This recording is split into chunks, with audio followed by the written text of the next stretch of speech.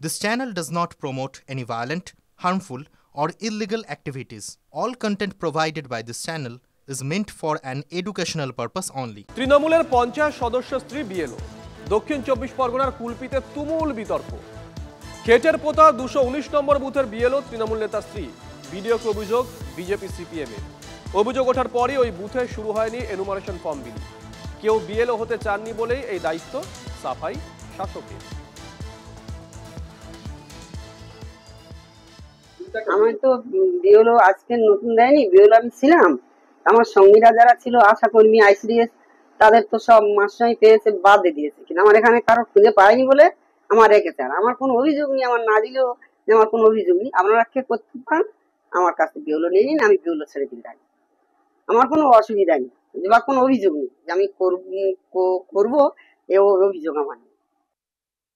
স্ত্রী আজকে 10 বছর হচ্ছে বিএলওর কাজ করছে। আজকের হচ্ছে তোমার হচ্ছে বলেছিলাম যে হচ্ছে পঞ্চায়েতে ব্লক থেকে বলেছিল যে হচ্ছে তোমার হচ্ছে অন্য ক্যান্ডিডেট দিয়েছিল দীপক রায়ের হচ্ছে তোমার ছেলে দিব্যেন্দু রায়ের, সে হচ্ছে সোনারপুরে মাস্টারি করে, সে রাজি হয়নি।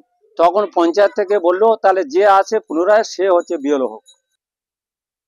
বিনাপানি তেলি, যিনি একজন আইসিডিএস এর কর্মী, তো তিনি অনেক বয়োজ্যেষ্ঠ, অনেক বয়স হয়ে গেছে, তবু তাকে বিএলও করা হয়েছে এবং তার পরিবর্তে তার স্বামী সেই কাজ দেখাশোনা করছে এবং তার স্বামী একজন তৃণমূলের পঞ্চায়েতের সদস্য আছে।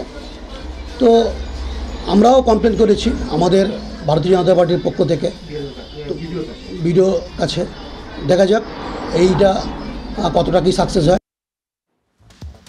7 তারিখের পর রোহিঙ্গা অনুপ্রবেশকারীদের আর্থ মুভার দিয়ে সীমান্তের ওপারে ছুঁড়ে ফেলার হুঁশিয়ারি দিয়েছেন বিজেপি নেতা। ভারত কোনো অতিথিশালা নয়, ওপারে ইউনুসের কাছে পাঠিয়ে দেব। সন্দেশখালীতে বিজয় সম্মেলনের মঞ্চ থেকে হুঁশিয়ারি বিজেপির সংখ্যালঘু নেতা কাসেম আলীর। পাল্টা বিজেপি নেতাকে সন্ত্রাসবাদীর সঙ্গে তুলনা তৃণমূল নেতার।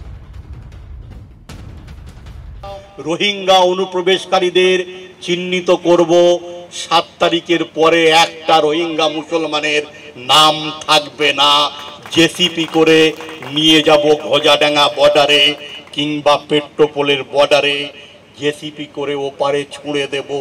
ইউনুসের কাছে থাকুক। ভারত কোনো ধর্মশালা নয়, ভারত কোনো অতিথিশালা নয়। তিনি এমন ধরনের কথা বলছেন যেটা রাজ্যের আইন শৃঙ্খলার ঊর্ধ্বে উঠে তিনি এই সমস্ত নোংরা কথা বলছেন।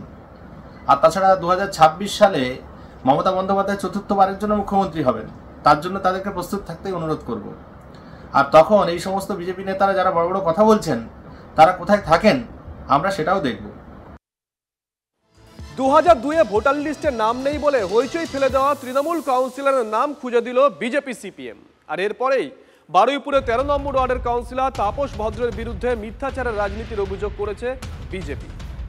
এসআইআর নিয়ে ভয়ের রাজনীতি করছে তৃণমূল, কটাক্ষ বামেদেরও। বিরোধীদের আক্রমণের পাল্টা জবাব দিয়েছে শাসক দল। সাধারণ মানুষের সমস্যা দেখতে গিয়েই দেখি আমার যখন নিজের নামটা দেখতে খুঁজছি তখন আমার নিজের নামটাই নেই। এখন যেটা সরকারি নিয়ম অনুযায়ী আমার নামটাকে আবার তুলতে হবে। এটাকে কিভাবে দেখছে? এটা রাজনৈতিক চক্রান্ত। এই করেই কেন্দ্রীয় সরকার সাধারণ মানুষের যেমন নাম বাতিল করে ভোটার লিস্টে কারচুপি করার চেষ্টা করছে, জনপ্রতিনিধিদের ক্ষেত্রে সেই একই জিনিস হচ্ছে। আমার এই তো অংশ দেখতে দেখতে অন্য অংশও দেখছি অর্ধেক মানুষেরই নাম নেই। এখন পর্যন্ত যা আমরা স্ক্রুটিনি করি শখানেকের উপর নাম বাতিল লিস্টে আছে। পোর্টালে নির্বাচন কমিশনের ওয়েবসাইটে 2002 সালের এই অংশ নম্বর 35-এ 655 জল করছে নাম ওনার। তাহলে সবাই মিথ্যাচার করলেন, নাহলে উনি দেখতে পাননি। মানুষকে বিভ্রান্ত করছে, যেমন ওনাদের মাননীয় কলকাতায় মিছিল করে মানুষকে বিভ্রান্ত করছে। আপনাদের একটু দেখাই, এই যে 655 নম্বর সিরিয়ালে তাপস ভদ্র পিতা শ্যামসুন্দর ভদ্র, এপিক নাম্বার লেখা, অংশ 35, জল করছে তার নাম। আসলে বিষয়টা ওই নয়, বিষয়টা মানুষের মধ্যে একটা সন্ত্রাসের বাতাবরণ তৈরি করে দেওয়া। এটা হচ্ছে তৃণমূল কংগ্রেসের কাজ। 2002 সালের ভোটার লিস্ট কিভাবে দেখতে হবে আমার মনে হয় তৃণমূল কংগ্রেসের কাউন্সিলরদের এখনো শেখা উচিত। এসআইআর নির্বাচন কমিশনের আন্ডারে সুষ্ঠুভাবে সফল হবে আমরা আশাবাদী তৃণমূল কংগ্রেসের এই যে নতুন দুর্নীতি এসআইআর নিয়ে মানুষের মধ্যে সেটা নষ্ট হবে।